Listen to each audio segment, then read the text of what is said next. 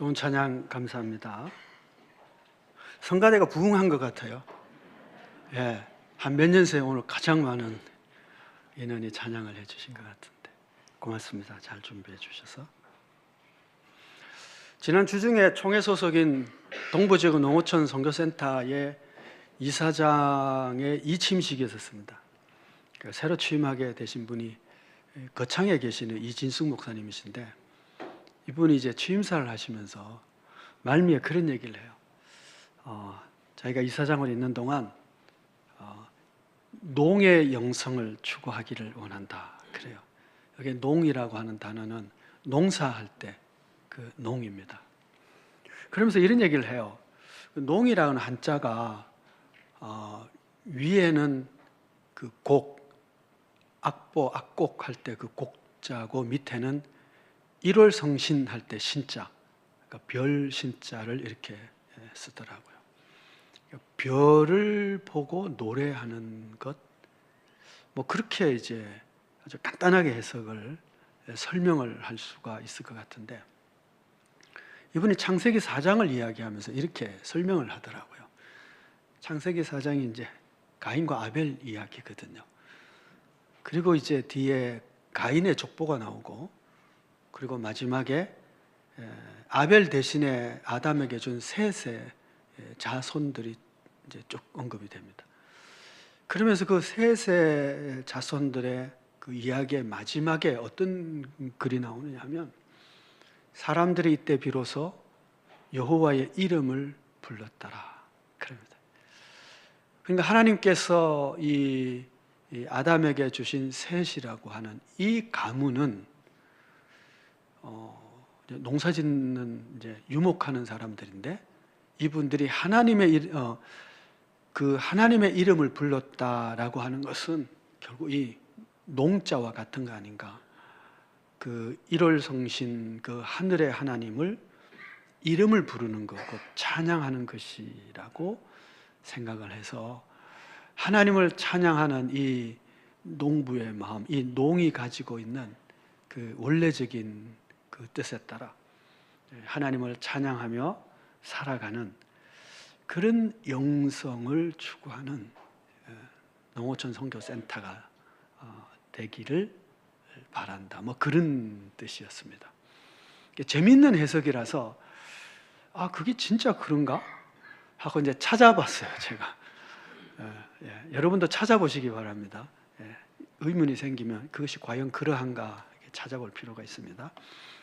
가짜 뉴스에 너무 현혹되지는 마시고, 뭐 뉴스 가짜 너무 많습니다. 유튜브, 인터넷에 제가 생각할 때 한 70-80% 이상은 다 가짜 같은데, 그런데 이제 쓸만한 소식들이 있죠. 연구를 하는 겁니다. 그래서 어떻든 제가 다시 한번 한자 해설서를 한번 찾아봤어요. 도대체 이게 정말 그런가 해서 봤더니 그러더라고요.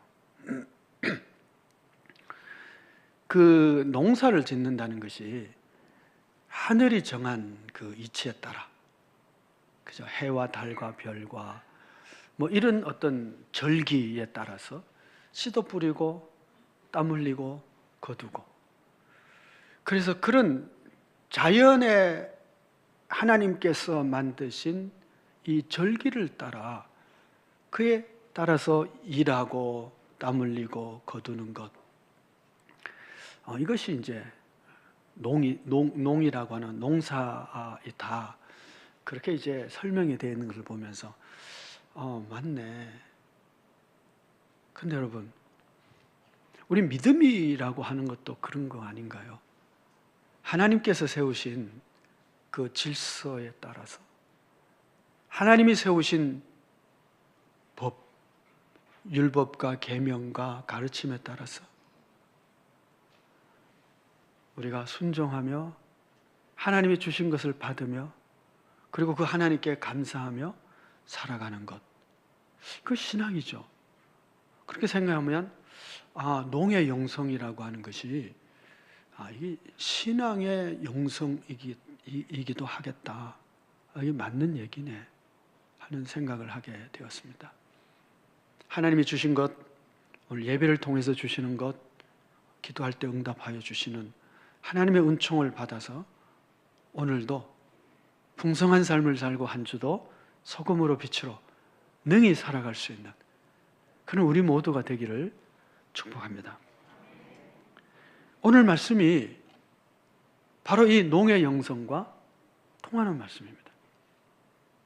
오늘 우리가 읽은 말씀의 키 귀절은, 핵심 귀절은 뭐냐면 16절 말씀입니다. 말씀이 이렇게 기록하고 있는데, 내 사랑하는 형제들아 속지 말라. 이미 몇 번 말씀을 드렸는데 바울과 야고보는 입장 차이가 있습니다. 그래서 야고보가 어떤 입장에서 이 글을 썼는지를 생각하며 읽어야 이해가 훨씬 더 깊이 됩니다. 바울은 개척 전도자였죠. 불신자들을 예수 믿게 하는. 그러나 야고보는 이미 예수 믿는 사람들을 목양하는 목회자였습니다.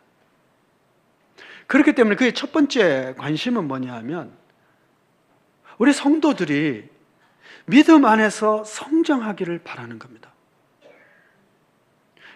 부모가 자녀에 대해서 갖고 있는 소원도 그와 같죠? 내 자녀들이 지성과 영성과 건강과 이 모든 것들이 아주 잘 자라가서 성숙한 자리에 이르기를 원하는 것, 부모님들이 원하는 것처럼 야고보도 그 목양하는 그 목양의 터에서 우리 형제들이, 자매들이 그렇게 성장하고 성숙한 자리에 이르는 그런 믿음의 사람이 되면 좋겠다라고 하는 것이 그의 관심이었어요. 어떻게 하면 성장할 수 있을까 할 때 성장에 굉장히 중요한 비료, 촉진제, 그것이 시련이다. 그렇게 첫 번째 말씀을 합니다. 그래서 여러 가지 시련을 만나거든 기쁘게 여기라는 거예요. 그 시련을 이길 수 있는 방법도 가르쳐줘요. 그게 뭐죠? 기도.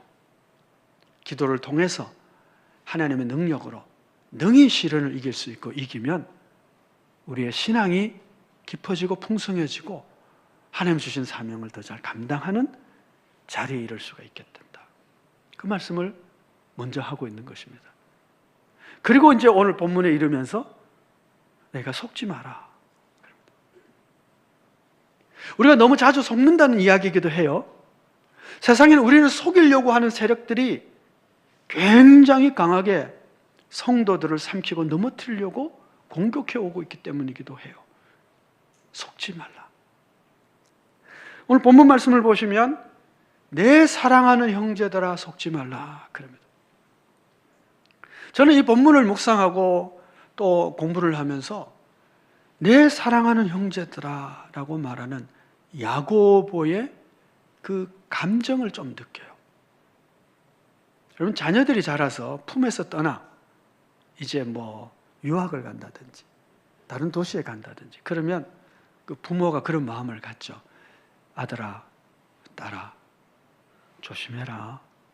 친구 조심하고 뭐 그런 거 있잖아, 그렇죠? 예. 그리고 교회 잘 다니고 기도하고 살아야 된다. 그런 부모의 마음.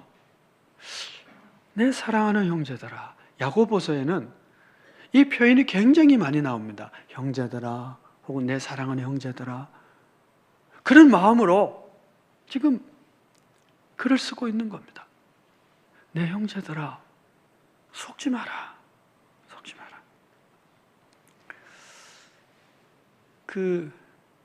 한참 예전인데요. 중학생들을, 아니 고등학교 1, 2학년들을 데리고 처음 이제 비전 투어를 갔어요. 뭐 저기 집안 통화, 뭐 장군청 고구려 유적지 있는 데 갔다가, 그리고 이제 백두산 이제 그 트레킹을 하고 북경을 이렇게 가게 되었습니다. 아이들이 가장 흥미롭게 생각하는 것이 장군청 뭐 이런 거 아닙니다. 백두산 이런 거 아니고, 애들이 제일 관심 가지고 흥미 있는 것은 북경에 있는 짝퉁 시장이에요.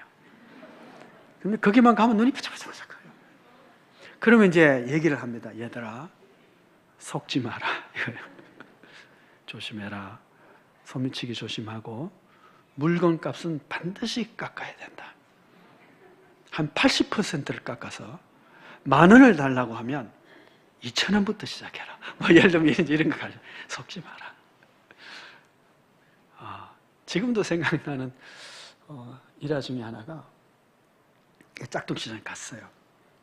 이제 가방을 하나가 있어서 이 가방 괜찮네 해서 제가 이제 사려고 이게 얼마냐고 물었어요. 묻고 이제 80% 깎아야 되잖아, 그죠?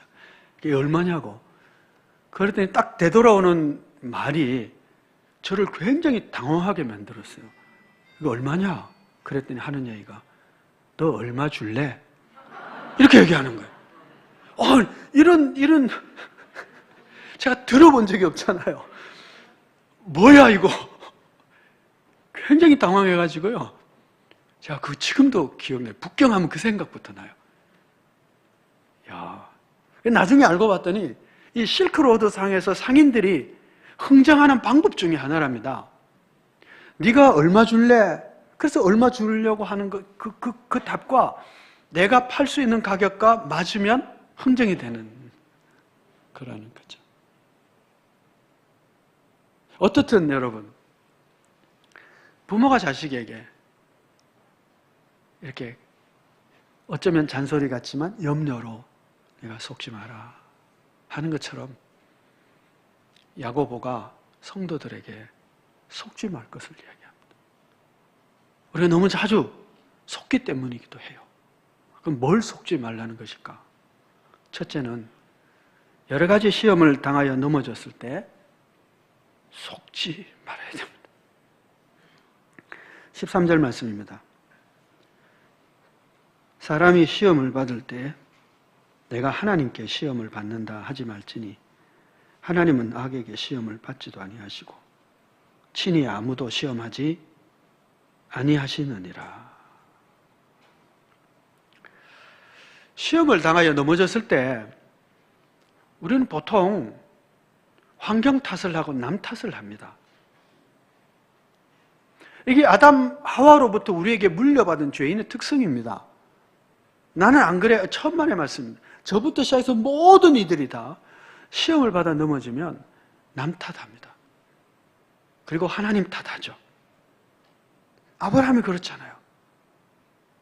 너 왜 선악을 알게 하는 나무 실과를 먹었느냐? 그랬더니 당신이 나에게 준 저 여자 때문이다. 저 여자 때문이고 저 여자를 나에게 준 하나님 때문이고. 이것이 모든 죄인들이 가지고 있는 습성이에요. 뭐가 잘 되면 내가 잘된 것이 잘한 것이고 잘못되면 환경 탓, 친구 탓, 아내 탓, 남편 탓, 자식 탓. 속지 말라는 거죠. 왜냐? 하나님은 우리를 시험하는 분이 아니시다는 거예요. 여기서 이 시험하지 않는다는 것은 마귀가 우리를 유혹하는 것 같은 그런 시험을 하나님이 하시지는 않는다는 뜻입니다. 하나님도 시험하세요. 아브라함 시험하셨잖아요.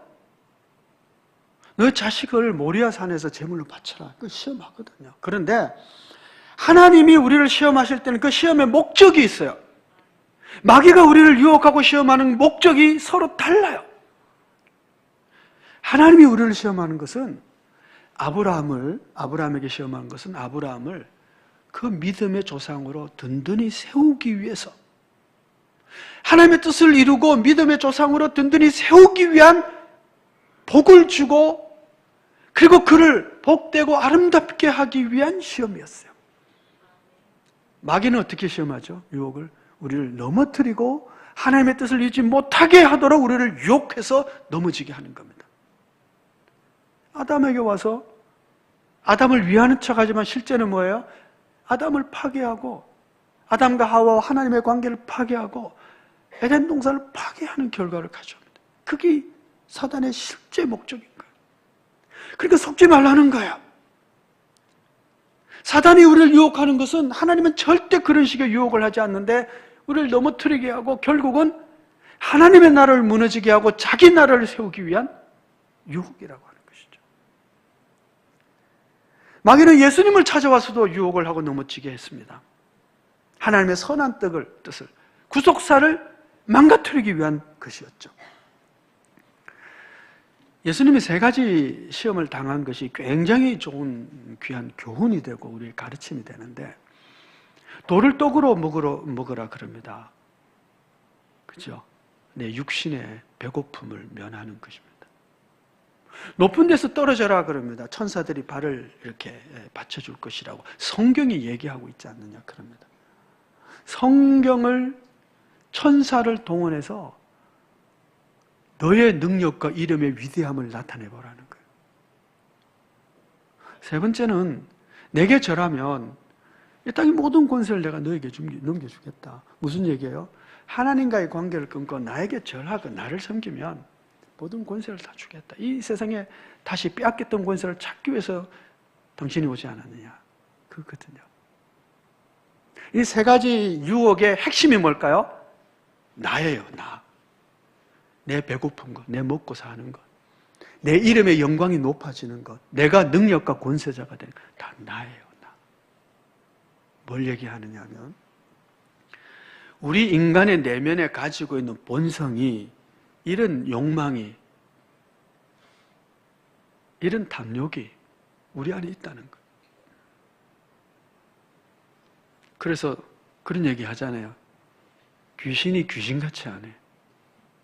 귀신이니까 귀신같이 알죠. 우리 안에 무엇이 작용하고 있는지, 내 안에 욕심이 뭔지, 내 안에 그 약점이 뭔지 귀신이 알아요. 그리고는 공격하는 거죠. 어느 분이 그러시더라고요.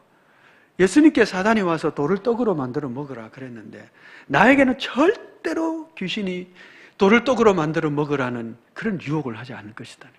왜냐하면 우리는 돌을 떡으로 만들 수 있는 능력이 없기 때문에. 예수님은 능력이 있으니까 유혹하는 거예요. 그러니까 알고 유혹하는 거예요.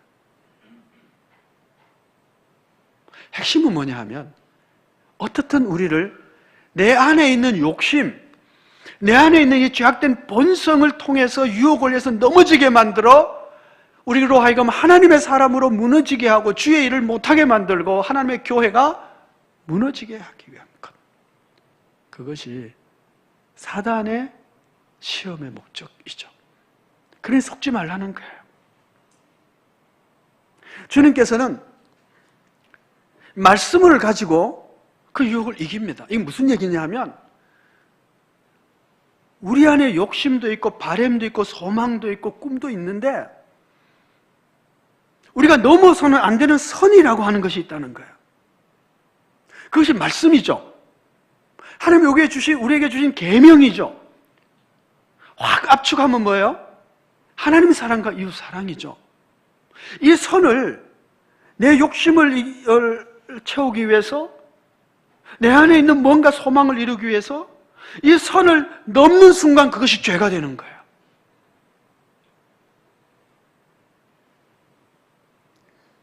요즘은 시도 때도 없이 딸기도 나오고 무슨 참외도 나오고 포도도 나오고 막 그러더라고요. 물론 이제 수입해 오는 것도 있지만 딸기 같은 경우는 벌써 나오잖아, 그렇죠? 제가 대학 다닐 때는 그 미팅을 삼랑진 이런 데 와서 했거든요. 오해하지 마시고 저는 미팅을 한 번도 대학 다닐 때 해본 적이 없습니다. 믿거나 말거나. 삼랑진에요. 딸기철에 가면 딸기밭이 없어요. 지금 있지. 그러니까 이게 하나님이 정한 이 절기가 이상해져 버린 거예요. 그러니까 어떻게 해요? 이 시기에 딸기를 키우고 거두기 위해서 기술도 들어가지만 억지도 쓰는 거예요. 그죠? 막 불을 떼고 불을 켜고 그리고 농약을 치고 그래서 어떤 때는 더 많은 수확을 얻기 위하여 이걸 먹는 사람들의 건강을 해칠 수 있음에도 불구하고 자기 유익을 위하여 넘어가는 거죠. 그걸 불법이라고 그러는 거죠. 죄라고 하는 것입니다. 우리의 욕심이 넘어가면 죄를 범하게 돼요. 그래서 첫 번째, 속지 마라. 너가 유혹을 당했을 때에 이웃 변명하지 말고, 환경 변명하지 말고, 하나님 때문이라 그러지 말고, 그게 속지 말라는 거예요. 어떻게 하라고요? 우리를 용서하시는 하나님께 차라리 하나님, 제가 선을 넘었습니다. 그래서 저를 다시 한번 그리스도의 보혈로 씻어 정결케 하시고 깨끗게 하여 주셔서 이제는 이 선을 넘지 않도록 저에게 신령한 의의 권세를 더하여 주옵소서. 그것이 바른 태도고 성숙해져가는 성도의 모습이지, 내 욕심이 작동해서 넘어지고 실수했는데 아무개 때문에 내가 실수했다고, 아무개 때문에 내가 술버릇이 이렇게 되고 마약하게 됐다고, 환경 때문에, 부모 때문에, 자랄 때 부모를 만나서 선생님 잘못 만나서 이렇게 됐다, 이렇게 하지 마라. 속는 것이다. 왜 그럴까요, 여러분? 욕심은 죄를 낳는데요, 이 죄를 낳을 때 빨리 회개하고 돌아가야지, 그렇지 않고 이 죄를 그냥 두면 어떻게 해요? 죄가 사망을 이루기 때문에. 욕심이 죄를 낳는데 이것이 죄가 습관이 되어버리면 그 다음에 망해버려요. 죽습니다, 여러분. 그래서 우리가 다 넘어질 수 있어요. 우리 안에 이 죄의 욕망이 다 있습니다. 깨어있지 않으면 선을 넘을 때도 종종 있습니다. 그런데 그때마다 변명하지 말고, 남 탓하지 말고, 제가 잘못했습니다. 하나님 저를 용서하시고 다시 그리스도의 보혈로 저를 씻어주사 다시 의의 자리에 서게 해주십시오. 그것이 성도의 올바른 길이다, 그렇게 말씀하고 있는 것입니다. 첫 번째, 여러분, 속지 마십시오. 내 안에 욕심이 작동돼서 죄를 범한 것입니다. 두 번째, 속지 말라는 말씀이 있어요.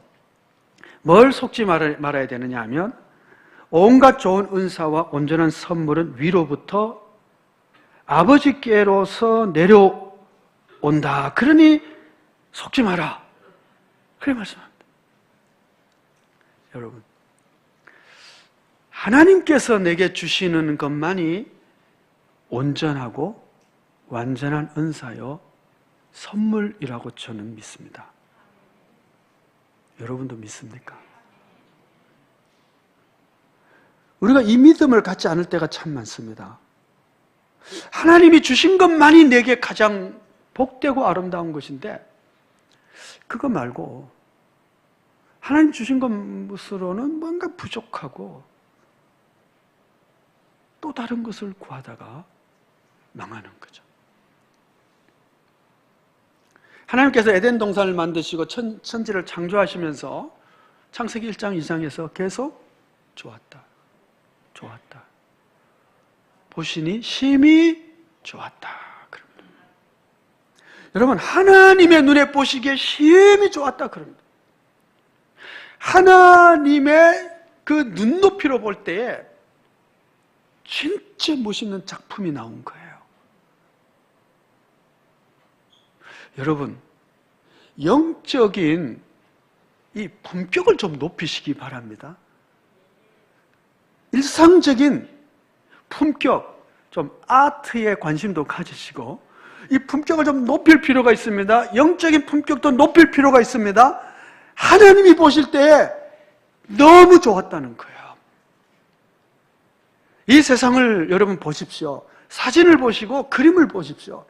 하나님이 만드신 세상이 가장 아름다운 작품입니다.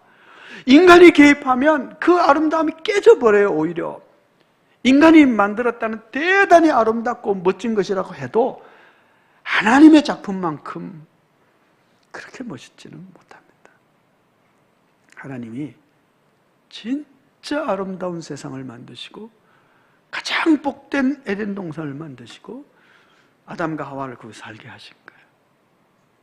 근데 아담이, 하와가 사고를 쳐요. 왜 사고를 치죠? 하나님이 보시기에 아름다운 이 세상에 주신 그 모든 것으로 만족하지 못하고, 그거 말고 하나님 주신 것으로 만족하지 말고 뭔가 다른 것을 그가 추구하기 시작한 거예요. 이게 실패의 원인이에요. 여러분, 우리도 오늘 마찬가지인데 매일매일 우리가 기도하고 살잖아요. 그리고 하나님이 금년 한 해도 하나님이 지켜주시기를 원합니다. 연초에 기도하고 시작하잖아요. 한 달을 시작하면서 하나님 이번 한 달도 하나님 축복해 주시기를 바랍니다. 하나님의 손에 내 모든 인생과 우리 가정과 내 일터를 붙잡아 주시기를 원합니다. 우리 기도하고 시작하잖아요. 그리고 그 한 달 동안 하나님께서 우리의 삶에 간섭하여 주셔서 이런 거 저런 거 부어주시고 지켜주실 줄을 믿습니다. 그리고 우리가 기도하잖아요. 그러면서도 살아가면서 매일매일 뭔가 부족해요. 하나님이 허락하여 주신 것 말고 뭔가 좀 다른 것이 더 있었으면 참 좋겠어요. 내 은행에 잔고가 얼마 안 남았는데 하나님 그래도 잔고가 한 100억쯤 있었으면 좋을 것 같고, 집도 하나님 제 집이 조금 이게 한 30평 아니면 한 50평밖에 안 되는데 하나님 집도 한 100평쯤 있었으면 됐고, 거기다가 이제 별장도 저기 제주도에 하나 있고 저기 하와이도 하나 있고, 혹시 그러지는? 그까지 너무 많이 나갔다, 그렇죠? 하나님이 허락하여 주신 것으로 충분함에도 불구하고 하나님이 허락하신 것이 충분하다는 믿음이 우리에게 없어요. 그래서 이것 말고 하나님 좀 부족해. 또 다른 거 없어요?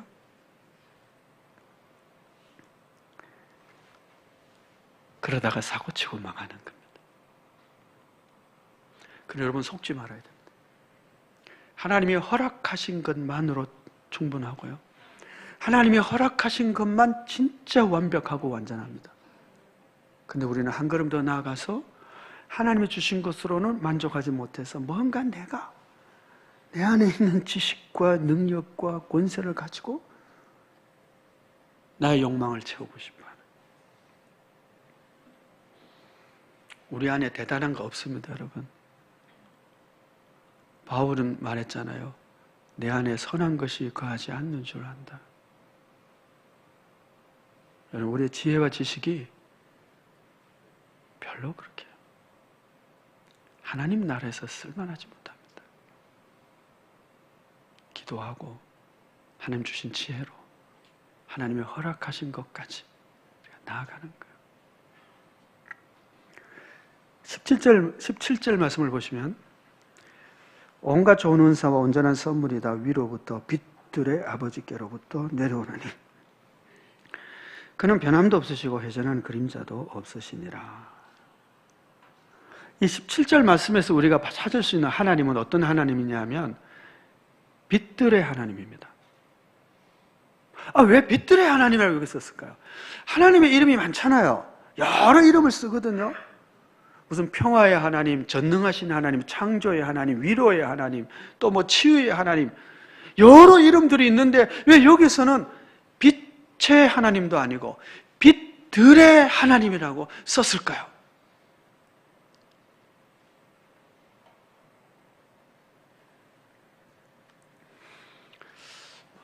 잘은 모르겠어요. 한번 생각을 해보는 거죠. 여러분도 생각해 보시기 바랍니다. 농사를 짓는 어떤 분을 만났는데 이분이 저에게 이런 질문을 하시더라고요. 목사님, 왜 어떤 꽃은 노랗게 피고 어떤 건 파랗게 피고 어떤 건 빨갛게 피고 이렇게 각양 다른 색으로 피는 줄 아십니까? 그러더라고요. 그래서 속으로 이게 너무 상식적인 질문을 지금 하는 것 같다. 왜냐하면 지가 존재가 빨간 꽃을 피는 종자니까 빨간 꽃을 피는 것이고, 노란 꽃 피우는 종자가 그러니까 노란 꽃 피는 거 아니에요? 종자 문제 아니에요? 네? 그래서 그건 종자가 다르니까 그런 건데 도대체 이 묻는 의도가 뭐야? 뭘 이야기하려고 그러지? 이런 생각을 했어요. 이분이 이런 얘기를 하더라고요. 목사님, 저 하늘에서 빛이 땅을 내려오는데 이 빛의 파장이 다 다르다는 거예요. 프리즘 통해서 보면 알잖아요, 그죠? 빛의 파장이 달라서 빨주노초 파남보 이렇게 나가잖아요. 파장이 다 다른, 빛이 하나의 빛이지만 빛들이라는 거예요. 파장이 다르니까. 그 빛들 속에는 햇빛도 있고 달빛도 있고 별빛도 있는데 그 별빛도 다르대요. 파장이. 화성에서 오는 빛과 이게 반사빛으로 오겠지만 금성에서 오는 빛이 달라서 예를 들면 그렇다는 거예요. 화성에서 오는 빛의 파장에 반응하는 꽃이 있어서 그 꽃은 노란 꽃이 되고, 금성에서 오는 파장에 반응을 보이는 꽃은 또 하얀 꽃이 되고, 예를 들면 이렇게 파장에 따라서 반응하는 이 종자가 달라서 그 꽃이 다른 꽃이 핀다는 거예요. 아, 그런가요? 예. 제가 이건 검증을 안 해봤어요. 맞는지 안 맞는지. 혹시 생물학자 아니, 이건 누구에게 물어야 되죠? 과학자에게 물어봐야 되나? 그러면 이해는 됐어요. 어쩌면 그렇겠다. 빛들의 하나님, 은혜를 우리에게 베풀어 주시고 권능과 사랑을 베풀어 주시는 하나님이 여러 가지 은사와 은총과 사랑과 복을 우리에게 확 내려주시고, 오늘 예배를 통해서 하나님이 우리에게 이런 빛들의 하나님이 은총의 빛을, 축복을, 사랑을 막 비춰주시는데, 그 빛을 받는 우리가 존재와 형편과 원함과 기도와 능력과 믿음과 다 달라서 어떤 사람은 이 빛에 반응을 하고 어떤 사람은 저 빛에 반응을 해서 열매를 맺고 이렇게 각양 다른 열매를 맺는다는 것이죠. 어떤 사람은 이 하나님의 빛 속에서 치유의 은사를 받고 어떤 사람은 이 하나님의 빛 속에서 내면에 역사하는, 그래서 사람이 새로워지는 그 변화를 받기도 하고. 빛들의 하나님. 그러면서 18절 말씀을 보시면 이런 말씀을 하세요. 그가 그 피조물 중에 우리로 한 첫 열매가 되게 하시려고 자기의 뜻을 따라 진리의 말씀으로 우리를 낳으셨느니라. 진리의 말씀으로 우리를 낳았다고 그래요. 낳았다는 것은 생명이 태어났다는 것이잖아요. 어떻게 하나님의 아들로요? 뭐가요? 진리의 말씀으로. 우리의 욕심은 뭘 낳아요? 죄를 낳고 죄는 뭘 낳죠? 사망을 낳아요. 그런데 하나님의 진리의 말씀을 뭘 낳아요? 생명을 낳는다는 거예요. 아, 이게 다른 거구나. 우리의 욕심을 쫓아 살면 죄를 낳고 결국은 사망에 이르는 망하는 인생이 되겠지만, 하나님의 진리의 빛을 받으면 각양 다른 빛이 우리에게 임하셔서 그 생명의 말씀이 우리에게 각각 다르게 역사하여 하나님의 사람으로 세워주시는 것이죠. 말씀이 우리 안에 심령에 임하면 우리가 변화의 새 사람이 됩니다. 우리의 심령을 터치해 주시고요, 빛을 비춰서 우리의 험악함과 연약함을 알게 해주시고요, 우리의 관절과 골수를 찔러 쪼개요 우리를 하나님의 사람으로 세워지게 만들어, 그래서 새 사람이 되게 하는 것, 이전과 다른 사람이 되게 만들어주는 것이 진리의 말씀의 역사함입니다. 내 안에 생명이 풍성해지는 것입니다. 오늘 이 시간에도 하나님의 은총의 빛이, 빛들의 아버지께서 우리에게 그 은혜를 베풀어 주실 줄 믿습니다. 각각 다른 하나님의 만져주심이 있고 치유하심이 있고 새롭게 하여 주심이 있을 줄 믿습니다. 그렇게 새로워져서 이번 한 주도 소금으로, 빛으로 살아낼 수 있는 자들이 되는 것이죠. 그래서 속지 말라는 것입니다. 우리의 욕심을 따라 살면 사망에 이르겠지만 주의 말씀을 쫓아 그 은혜의 빛 안에서 살아가면 생명을 낳고 온전한 하나님의 은총 가운데서 살아가게 된다.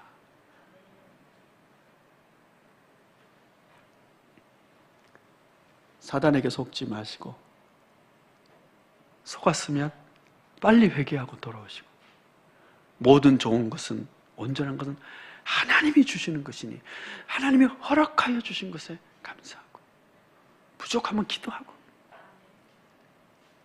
그래서 하나님이 우리에게 명하신 선을 넘어가지 않는 그 안에서 주신 것으로 감사하고 그 말씀 속에서 치유받고 새로워지는 그런 우리 모두가 되어지기를 축복합니다.